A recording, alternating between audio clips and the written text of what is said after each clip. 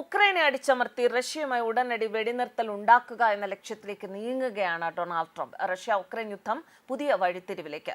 അമേരിക്കയ്ക്ക് നഷ്ടമുണ്ടാകാതിരിക്കാൻ ഒന്നാം തരം കളിയും ട്രംപ് കളിച്ചിരിക്കുന്നു. റഷ്യ ഉക്രൈൻ യുദ്ധം എത്രയും പെട്ടെന്ന് അവസാനിപ്പിക്കണം എന്ന അഭിപ്രായക്കാരനാണ് ട്രംപ്. എന്നാൽ അതിന് സെലൻസ്കി വഴങ്ങാതിരുന്നതാണ് ട്രംപിനെ ചൊടിപ്പിച്ചത്. യാഥാർത്ഥ്യമാണോ അതോ ടെലിവിഷൻ ഷോ ആണോ എന്ന അമ്പരപ്പിലാണ് ഇപ്പോഴും ലോകം.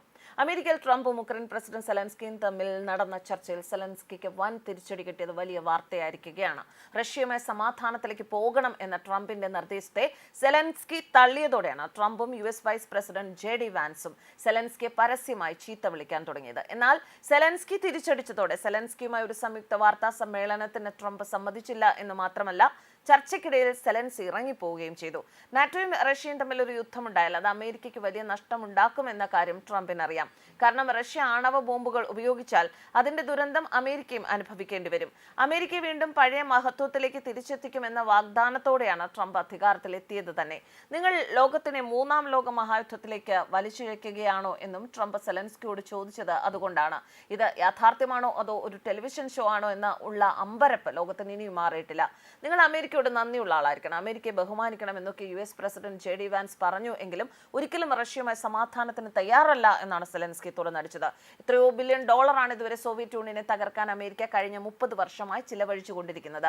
എന്നാൽ ഇപ്പോൾ റഷ്യയുമായി വഴക്കില്ലാത്ത ഒരു അമേരിക്ക വേണം. അതിനാണ് ട്രംപിന്റെ ശ്രമം. കാരണം കടം കൊണ്ട് പൊറുതിമുട്ടിയ അമേരിക്ക കടക്കെണിയിൽ നിന്നും പുറത്തെത്തിക്കാനാണ് ട്രംപിന്റെ ശ്രമം എന്ന വിലയിരുത്തലുകളും പുറത്തു വരുന്നുണ്ട്. റഷ്യ ക്ഷീണിച്ചുകൊണ്ടിരിക്കുന്ന സമയത്താണ് ട്രംപ് US അധികാരത്തിൽ വരുന്നത്. അധികാരം ഏറ്റെടുത്ത ഉടനെ ട്രംപ് പ്രഖ്യാപിച്ചത് റഷ്യ ഉക്രൈൻ യുദ്ധം അവസാനിപ്പിക്കുമെന്നാണ്.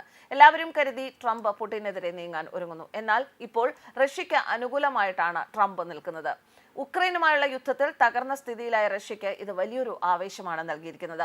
70,000 റഷ്യൻ പട്ടാളക്കാരാണ് ഈ യുദ്ധത്തിൽ കൊല്ലപ്പെട്ടത്. ഇന്ത്യക്കാരായ ടൂറിസ്റ്റുകളെ വരെ യുദ്ധത്തിൽ റഷ്യ പങ്കെടുപ്പിച്ചിരുന്നു എന്നത് റഷ്യൻ പട്ടാളം എത്രത്തോളം ദുർബലമാണ് എന്നതിന്റെ മറ്റൊരു തെളിവാണ്.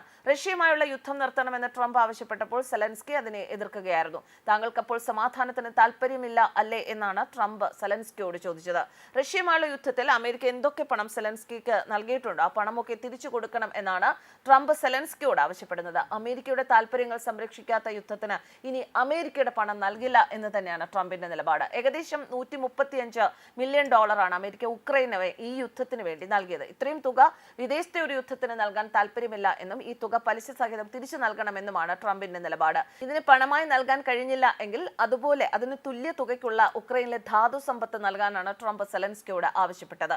AI ചിപ്പുകൾ നിർമ്മിക്കാനുള്ള ധാതുക്കൾ ഉക്രൈന്റെ കയ്യിലുണ്ട് എന്നും അത് പകരം നൽകാനുമാണ് ട്രംപ് പറയുന്നത്. പക്ഷേ സെലൻസ്കി അതും സമ്മതിച്ചില്ല. ഇതോടെ സെലൻസ്കിയോടും സംഘത്തോടും വൈറ്റ് ഹൗസിൽ നിന്നും ഇറങ്ങിപ്പോകാനാണ് ട്രംപ് ആവശ്യപ്പെട്ടത്. എങ്ങനെയും ഉക്രൈനെ അടിച്ചമർത്തി റഷ്യയുമായി ഉടനടി വെടിനിർത്തൽ ഉണ്ടാക്കുക എന്നതാണ് ട്രംപിന്റെ ലക്ഷ്യമെന്ന് ഇവിടെ വ്യക്തമാണ്. ഈ പ്രശ്നത്തിൽ യൂറോപ്യൻ യൂണിയനും ഫ്രാൻസും ജർമ്മനിയും UKയും നെറ്റോയും സെലൻസ്കിയെ പിന്തുണച്ചിരിക്കുകയാണ്. ഇത്രയും യൂറോപ്യൻ രാജ്യങ്ങൾ ട്രംപിനെതിരെ തിരിഞ്ഞിരിക്കുന്ന ഒരു അവസ്ഥയിൽ റഷ്യ ഉക്രൈൻ യുദ്ധം എന്തായിത്തീരും എന്ന ആശങ്ക ലോകത്ത് വർദ്ധിക്കുക തന്നെയാണ്. News desk കർമാനസ്.